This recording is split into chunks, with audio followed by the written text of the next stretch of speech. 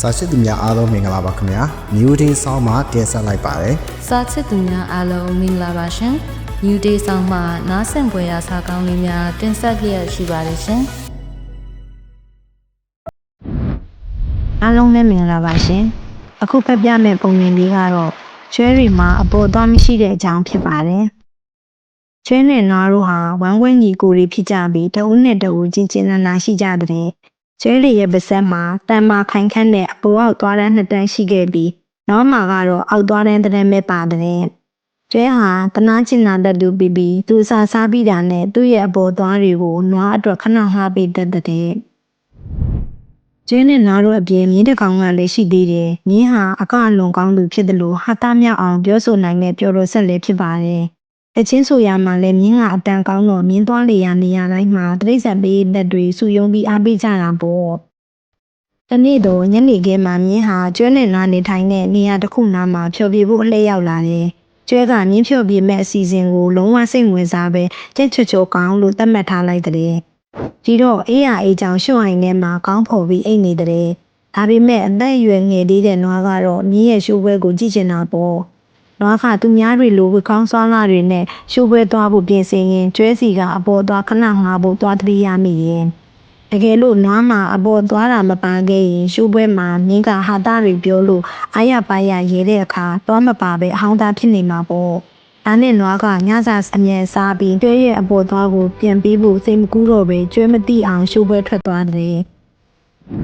ရှိုးပွဲရောက်တော့နွားကအရှိဆုံးခုံမှနေရယူတယ်စေမြင့်မော်ကိုမြင်းတက်လာတော့တိရစ္ဆာန်ပရိသတ်တွေအားလုံးကလက်ခုပ်လက်ဝါးတီးပြီးအားပေးကြတာပေါ့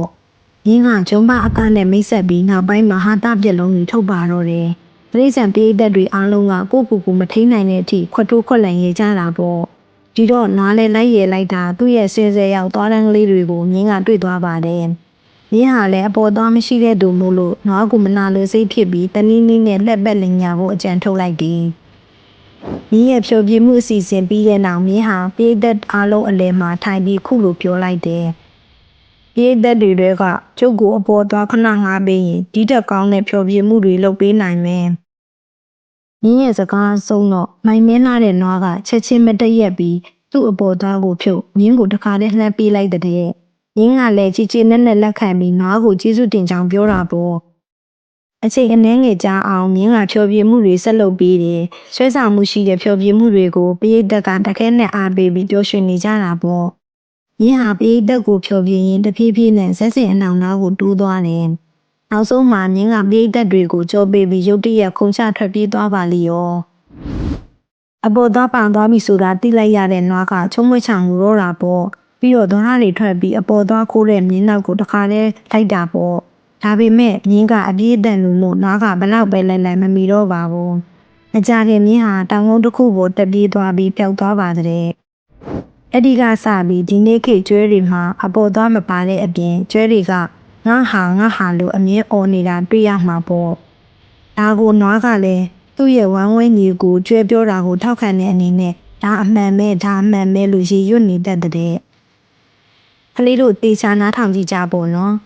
ရင်းအနေနဲ့ကတော့အပေါ်သွားကိုခိုးယူအောင်မြင်ခဲ့လို့ဟီလို့អော်ပြီးအမြဲအောင်ပွဲခံနေတာပေါ့ကွယ်ဒီပုံမြင်လေးကတော့ရှေးရိုးမြန်မာပုံမြင်များတဲ့ကတပုတ်ဖြစ်ပါတယ်ဒီပုံမြင်လေးကိုမမကြီးကပြန်ပြောပြပြီးကာတွန်းအာကာကတရုပ်ဖော်ပေးထားတာဖြစ်ပါတယ်